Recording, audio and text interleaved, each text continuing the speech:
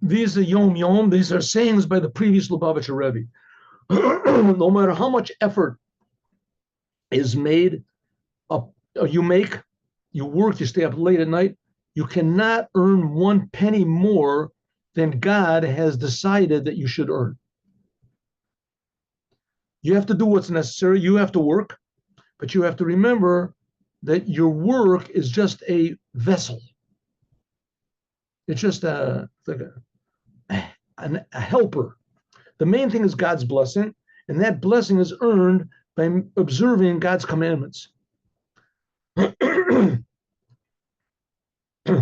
You see other people are rich and they are not nice people, right? You see how the church has billions and trillions of dollars, and they're exactly the opposite of what God wants.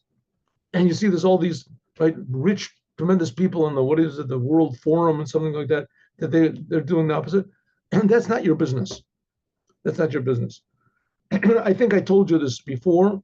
It was told to me by my teacher, and it's been a guiding light in my life, is that there's a difference between honest money and not honest money. And that honest money has a different type of a blessing to it. And it's used for good things and for positive things. Honest money. And you might have less of it, but it goes further. And I can only bring you the example, which I brought before, that I had a Chabad house in a town which was called Or Yehuda, and the taxi drivers there, they became very friendly with me. I was very friendly with them. I invited them to my son's bar mitzvah and everything. And we were very friendly, but they weren't religious Jews. They weren't religious Jews. They didn't keep, and they would put on tefillin when I would ask them. They would do, but except for that, they didn't keep Shabbos, and they didn't. I don't even know if they kept kosher.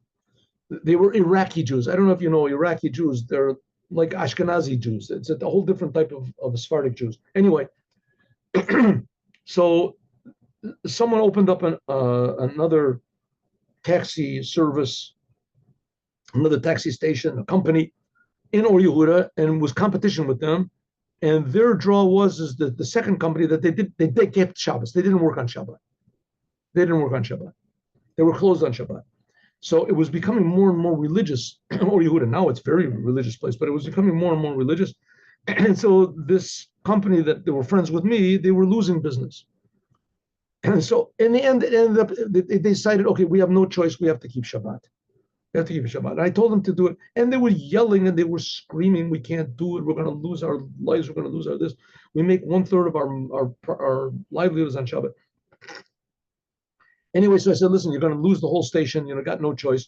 I said, listen, you want to at least close the station on Shabbat, and I advise you that you should keep Shabbat in your home also. You'll enjoy it. Anyway, several of them did. Several of them did. They not only did they not, because they said if they drive on Shabbat, people will say, hey, they're liars. So they kept Shabbat. So all of them came back, first of all, and they said that the first week was like hell. Right? They had to sit at home. And usually they drove around and they were active. And he said, but on Shabbat, the first Shabbat was like hell, they said. But on the other hand, they said, the kids, let's make a Shabbat meal, the wife.